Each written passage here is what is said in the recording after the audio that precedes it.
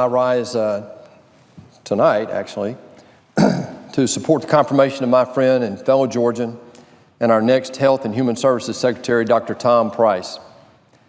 I've known Dr. Price personally and worked with him for quite some time.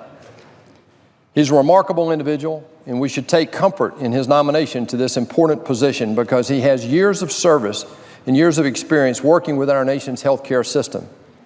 He's been a practicing physician, a state legislator, and a member of the United States House of Representatives. Dr. Price knows that government intrusion has already negatively impacted patient care in the last few years. He has years of professional experience as a physician, and he's seen as a leading voice in healthcare policy. My colleagues across the aisle oppose him, they say, primarily because of his opposition to the Affordable Care Act.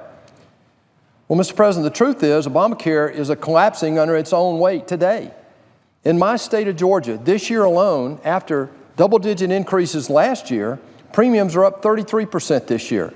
Nationwide, premiums are up 26%. So the other side talks about it being affordable.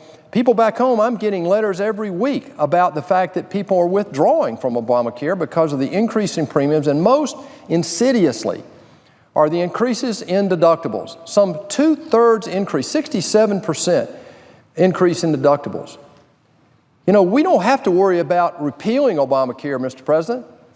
Because it's collapsing under its own weight, we just have to sit back and watch it die of its own volition. And here's how it's going to happen. It's very simple.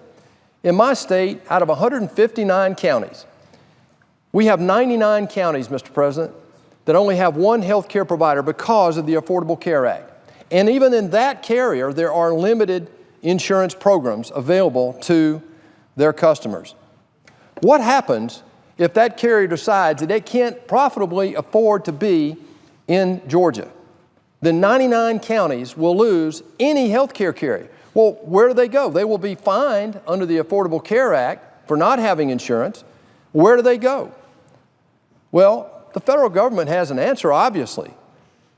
The U.S. government can always step in and be the insurer of last resort. And isn't that the single-payer strategy that was behind this all along? It's not what American mainstream voters want. The fear-mongering that's going on right now about any potential repeal is just hypocrisy, Mr. President. I believe that there is no question there is a plan. We know there is. But to fix Obamacare is very difficult relative to the way it was built to begin with. It was based on the wrong premise, and that is that the federal government is going to step in and take care of everybody's health care. If you like the Veterans Administration, you're going to love health care done by the federal government in the Affordable Care Act. And oh, by the way, if you like the way the post office is run, you're going to love the way the federal government runs our health care. With all that in mind, the number one objective of Dr. Price that I've heard today and throughout this week has been nothing more than the vitriolic argument that he opposes Obamacare. That's sad, Mr. President.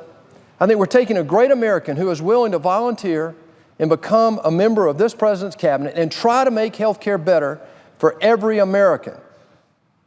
I can't think of another person in this country who is more qualified for this timely responsibility. Dr. Price will work to end Washington's takeover of our health care system, and I know he will work tirelessly for a health care system that compassionately improves the lives of every American. Truly, Mr. President, there's no one more qualified to serve as our next Health and Human Services Secretary than my good friend, Dr. Tom Price. I'm proud to support him, and I'm glad we're finally grinding our way to his confirmation later tonight.